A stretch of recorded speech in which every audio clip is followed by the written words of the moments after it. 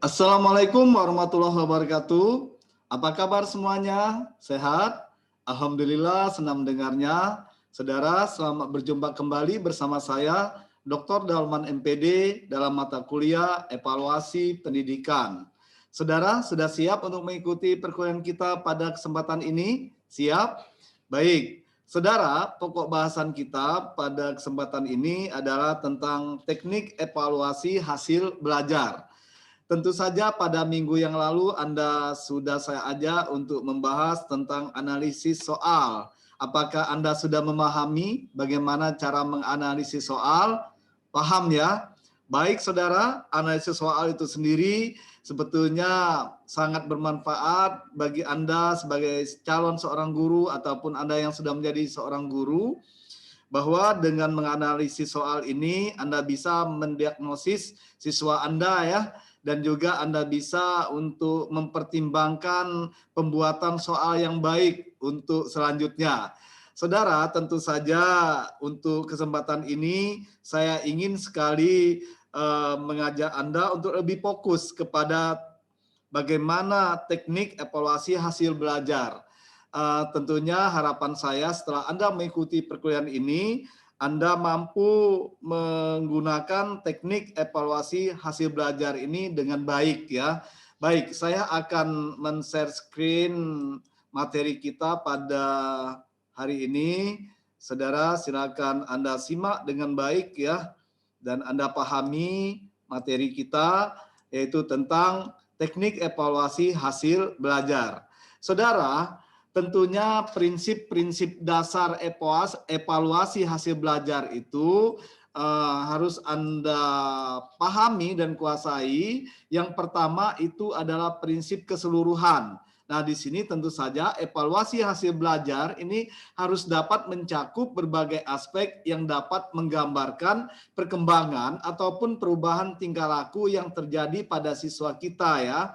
Oleh sebab itu, dengan prinsip keseluruhan ini, hasil belajarnya ini akan menggambarkan bagaimana sebetulnya kemampuan siswa itu. Ada tidak perubahan tingkah laku siswa setelah melaksanakan proses belajar mengajar tersebut ya. Nah, kemudian ada yang dinamakan prinsip kesinambungan. Saudara, untuk prinsip kesinambungan ini bahwa di dalam mengevaluasi hasil belajar akan kita laksanakan tentu saja secara teratur ya, dan sambung menyambung ataupun kontinu tentu saja dari waktu ke waktu ya.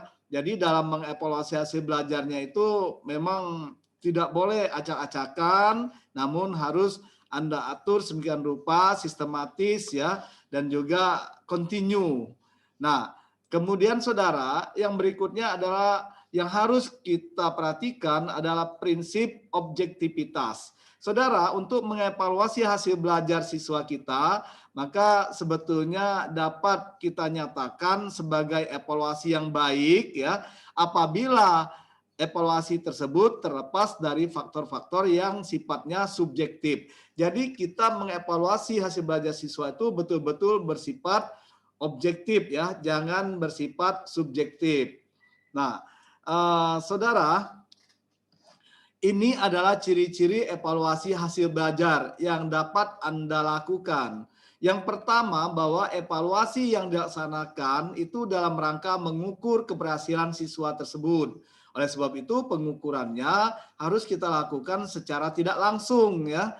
Nah, kemudian yang kedua, pengukuran dalam rangka menilai keberhasilan belajar siswa itu pada umumnya tentu saja menggunakan ukuran-ukuran yang bersifat kuantitatif, bukan kualitatif ya. Atau lebih sering kita menggunakan simbol-simbol angka, karena pengukuran itu sudah pasti ya.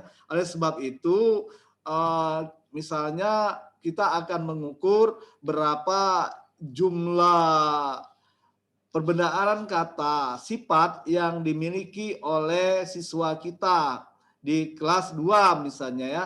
Nah, berarti ada angka di sana.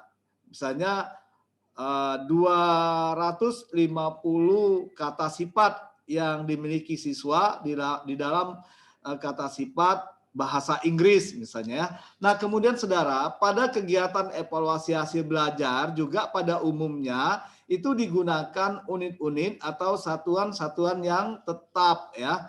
Lalu tentu saja ya ciri-ciri evaluasi belajar berikutnya adalah bahwa prestasi belajar yang dicapai oleh para siswa dari waktu ke waktu tentu saja adalah bersifat relatif. Nah, relatif ini artinya bahwa evaluasi keberhasilan belajar siswa itu, saudara, pada umumnya tidak selalu menunjukkan kesamaan ataupun keajekan. Jadi bisa saja berubah suatu waktu ya. Nah, oleh sebab itu, saudara, tentu saja untuk ciri evaluasi hasil belajar selanjutnya bahwa dalam kegiatan evaluasi hasil belajar sebetulnya sulit untuk dihindari terjadinya kekeliruan pengukuran ataupun error ya. Ini sudah pasti ada kekeliruannya ya. Nah, oleh sebab itu Anda bisa meminimalisir kekeliruan itu dengan ketelitian Anda di dalam melakukan penilaian ataupun melakukan kegiatan pengukuran tadi. Nah, kemudian saudara, faktor-faktor apa saja sebetulnya yang menyebabkan kekeliruan dalam pengukuran hasil belajar tersebut. Nah, faktor yang biasanya menyebabkan kekeliruan itu, yang pertama ya faktor alat ukurnya. Berarti kita harus memperhatikan alat ukur tersebut. Alat ukur yang kita gunakan sebetulnya tidak dapat mengukur secara tepat apa yang diukur. Nah, ini tentu saja akan mengakibatkan ya kekeliruan dalam pengukuran hasil belajar. Jadi, hendaknya alat ukur yang digunakan harus memiliki ketepatan dalam mengukur hasil belajar tersebut ya. Kemudian faktor evaluator itu sendiri ya yang mengevaluasinya. Nah, di sini bahwa yang telah melakukan kekeliruan dalam memberikan skor dan menentukan ranking, yaitu gurunya berarti ya. Oleh sebab itu gurunya harus berhati-hati dan harus objektif, jangan subjektif ya. Lalu faktor peserta didik. Saudara, faktor peserta didik juga ini akan berpengaruh di dalam kekeliruan pengukuran hasil belajar. Misalnya senang bermain spekulasi, misalnya dia akan nebak A, B, C, D, E, A, B, C, D, E, A sajalah atau A, B sajalah misalnya. Nah ini dia bermain spekulasi ya, atau bisa tebak-tebakan dalam menjawab soal tadi itu ya. Nah kemudian saudara, yang berikutnya tentu saja faktor situasi. Saudara, faktor situasi ini tentu saja situasi pada saat pengukuran hasil belajar itu berlangsung. Kalau misalnya di dalam suasana yang tidak kondusif, kemudian banyak keributan, suara-suara berisik ya dan lain sebagainya, ini akan mengakibatkan si siswa kita tidak fokus, tidak konsentrasi dalam mengerjakan soalnya, mengerjakan ya tesnya ya, sehingga pengukuran hasil belajar itu ya bisa jadi akan mengalami kesulitan ya, dan siswa kita bisa jadi menjawabnya juga tidak fokus, tidak konsentrasi karena kondisi ruangannya ataupun kondisi suasana dan lain sebagainya itu kurang mendukung begitu. Nah, saudara, ada kekeliruan pengukuran yang terjadi karena faktor evaluator itu sebetulnya disebabkan berbagai hal berikut ya. Jadi kekeliruan pengukuran yang terjadi itu karena suasana batin si evaluator atau guru ya yang sedang menyelimuti dirinya pada saat pengukuran hasil belajar dilaksanakan. Kemudian bisa jadi karena sifat pemurah atau sifat pelit yang melekat pada diri evaluator. Ya, jadi pada dasarnya seorang guru itu ya jangan terlalu murah dan juga jangan terlalu pelit, yang sedang-sedang saja ya. Nah, sehingga nanti kalau terlalu murah, nanti siswa juga ya akhirnya mereka tidak mau belajar, nanti paling ibu guru ataupun pak guru pasti memberikan nilai besar untuknya.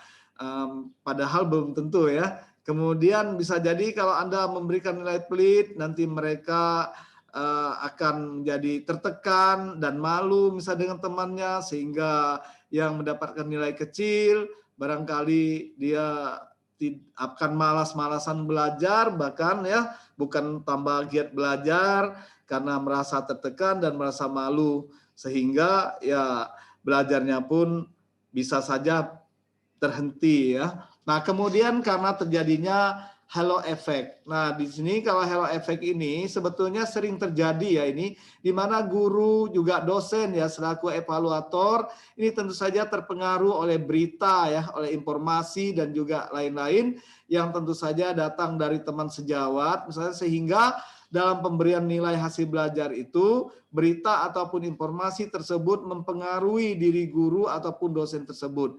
Misalnya dosen ataupun guru dipengaruhi oleh teman-teman sejawatnya, dosen ataupun guru yang lain, bahwa si A itu, misalnya si Heru, itu anaknya nakal sekali, tidak perlu diberi nilai yang tinggi. Kalau guru yang mempengaruhi itu, dia memberikan nilai misalnya 6 saja, atau 60 saja misalnya, atau kalau mahasiswa C saja misalnya ya. Nah, ini yang tidak dibenarkan, sehingga nanti guru dan dosen yang lain terpengaruh sehingga memberikan nilai yang kecil begitu kepada siswa tersebut. Atau sebaliknya, oh anak ini bagus ini, dianya ramah, kemudian nurut. Nah, kalau saya memberikan nilainya harus 80. 85 misalnya. Nah, kalau dosen misal saya harus memberikan nilai A. Ayo kita berikan nilai A ke dia. Nah, ini yang tidak boleh. Ya, jangan terpengaruh. Kemudian, saudara, ada lagi kekeliruan pengukuran ini karena guru dan dosen itu selaku evaluator terpengaruh oleh kesan masa lalu. Nah, ini yang sering terjadi karena terpengaruh oleh kesan masa lalu mengenai hasil-hasil belajar yang telah dicapai oleh peserta didiknya ya. Jadi bisa jadi karena si dosen atau guru waktu dia masih menjadi ya peserta didik juga, menjadi siswa, dia diberikan nilai yang kecil oleh dosennya ataupun diberikan nilai yang besar oleh dosennya. Nah, ini akan berpengaruh. Nah, oleh sebab itu saudara ya tidak boleh terpengaruh ya di dalam mengevaluasi hasil belajar siswa. Jadi betul-betul objektif, harus objektif, kita tidak boleh terpengaruh pada kesan masa lalu kita misalnya. Anda nanti dosennya sangat pelit terhadap Anda untuk mendapatkan nilai yang tertinggi atau nilai maksimal, ataupun nanti misalnya itu ada dosen-dosen Anda yang barangkali dengan mudahnya memberikan nilai yang maksimal pada Anda sehingga Anda juga mengikuti jejaknya, itu tidak diperkenankan, tetapi Anda boleh bijak ya. Bijak menentukan bahwa oh siswa ini memang layak diberi nilai yang baik gitu. Nah, baik. Saudara, saya kira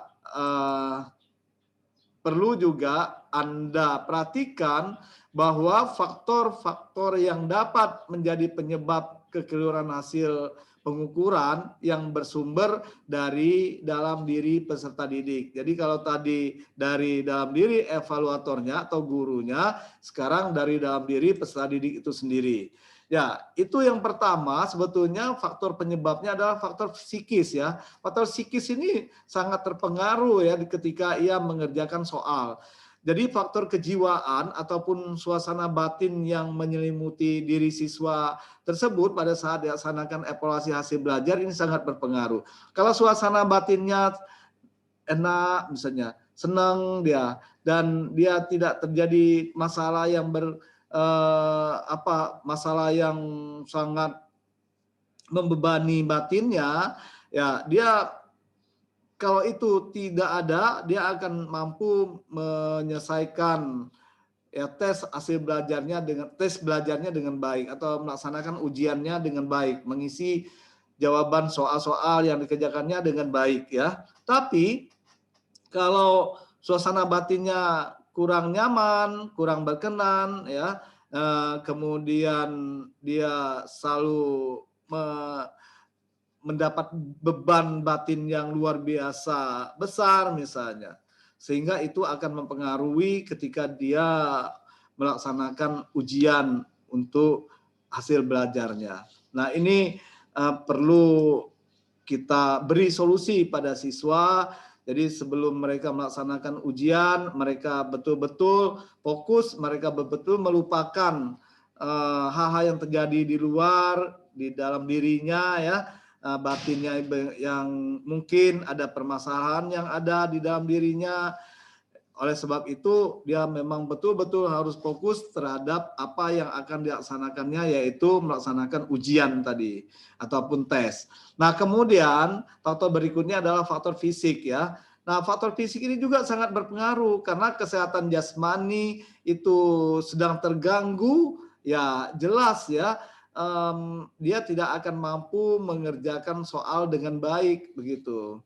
Oleh sebab itu, saudara, faktor fisik ini harus dijaga, Anda harus sehat selalu ya, apalagi masa saat ini, masa virus pandemi COVID-19 masih merajalela ya. Nah, kemudian faktor nasib juga.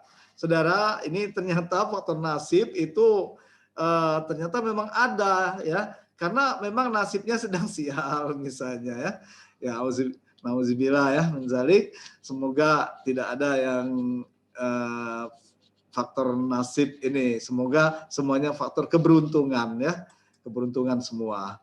Nah, saudara, Anda perlu mengetahui juga langkah-langkah pokok dalam evaluasi hasil belajar. Nah, saudara, perlu Anda ketahui apabila Anda ingin mengevaluasi hasil belajar siswa, berarti Anda yang pertama yang harus Anda lakukan adalah yang pertama menyusun rencana evaluasi hasil belajar itu sendiri. Kemudian yang kedua, lakukan untuk menghimpun datanya ya, data dari hasil belajar siswa. Kemudian yang ketiga, melakukan verifikasi data tersebut. Kemudian yang keempat, mengolah data dan menganalisis data yang Anda dapatkan. Lalu yang kelima, Anda harus memberikan interpretasi dan juga menarik kesimpulan terhadap analisis data Anda yang sudah Anda olah tadi ya.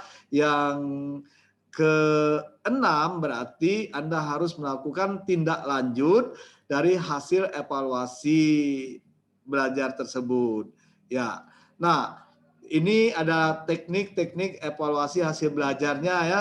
Bisa saja Anda menggunakan teknik tes dan juga menggunakan teknik non-tes. Saudara, untuk menggunakan teknik tes tentu saja evaluasi hasil proses pembelajaran di sekolah itu dilakukan dengan jalan menguji peserta didiknya ya.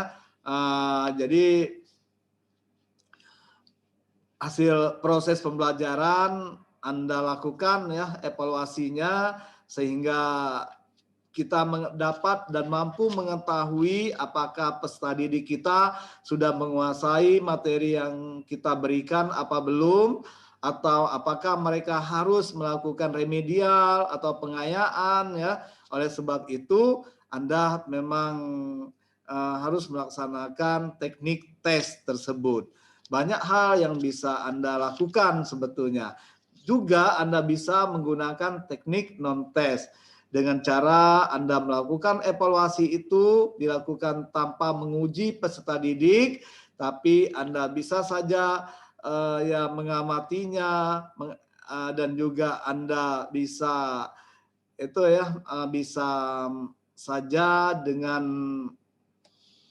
ya menanyakan langsung misalnya ya terhadap apa yang sudah Anda ajarkan, misalnya ada evaluasi proses dan juga ada evaluasi hasil kan. Tentu saja dalam teknik non-tes Anda tidak perlu menyiapkan misalnya itu soal-soal yang tentu saja akan membuat siswa itu ya mau tidak mau harus mengerjakannya ya sesuai dengan waktu yang Anda berikan misalnya.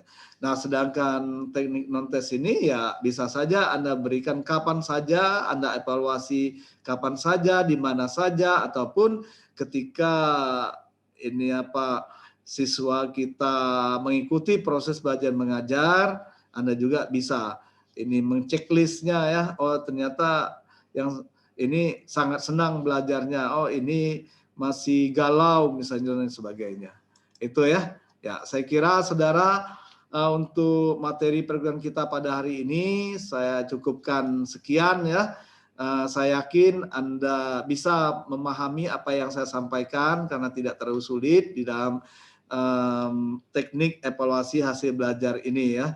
Baik, saudara, selanjutnya saya berharap Anda bisa memahami kembali tentang pokok bahasan kita pada kesempatan ini melalui video pembelajaran ya dengan judul Teknik Evaluasi Hasil Belajar oleh Dr. Dalman MPD. Silakan saja diikuti dan ditonton berulang-ulang ya.